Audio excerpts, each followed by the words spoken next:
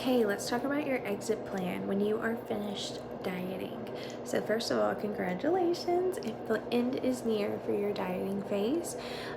When you are finished, then you might experience a few things. One is rebellion, a little bit of dieting rebellion, and that is normal to want to eat like all of the things, and that is completely normal.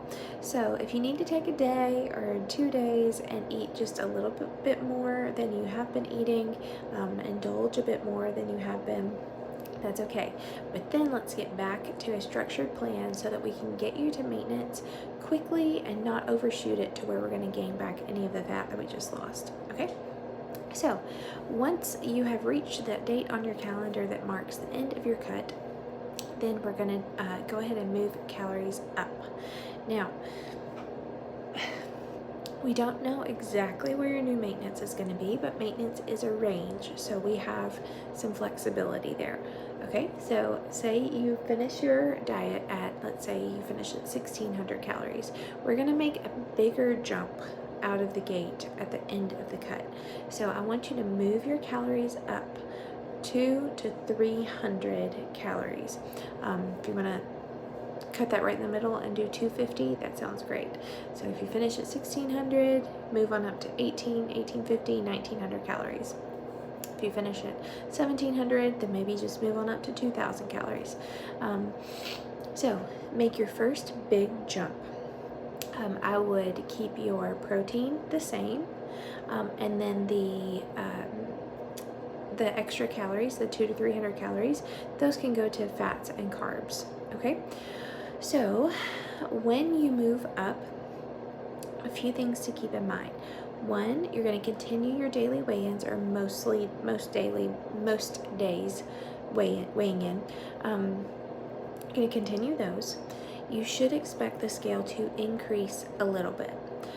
It might increase more one day and then kind of level off, but definitely expect some fluctuation because the amount of food that you have in your body has just gone up.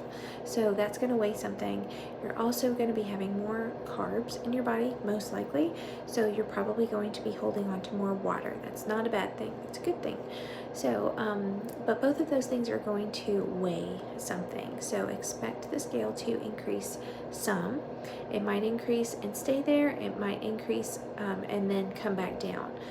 Both things are totally normal. If it increases and keeps increasing though, then we know that we've hit a surplus, which is why we're not overshooting it right at the beginning. We're just going up 200 to 300 calories. Okay. So after you have monitored your weight, controlled your intake for that 200 to 300 calorie increase for about 2 weeks, then I would say go ahead and move on up another 100 calories. And then you're going to do the same thing. You're going to monitor your weight. You're going to keep tracking your food. And then if it stays about the same, if your weight is kind of fluctuating within like that 2 to 3 pound window, then you can continue going up by another 100 calories every week, every 2 weeks, until things start to either one, stabilize, or if you see it like continuing to go up, then you know you've overshot just a little and just bring it back down just a little bit.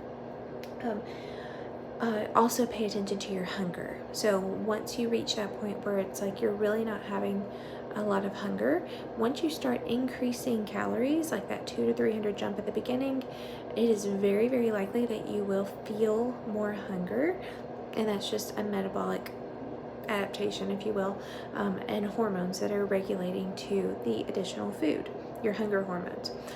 So if you feel hungrier, that's normal. So we want to get to the spot though where that hunger is balancing out with the amount of food that we're bringing in. So just keep increasing until you reach a nice place where you're not feeling hungry, but you're eating, normal, bigger meals, you're hitting your numbers, your weight is nice and happy, you feel nice and energetic, your sleep is good, all of those things are positive. So increase until you reach there, and then I would consider your maintenance range at being plus or minus 100 from where that stopping point is.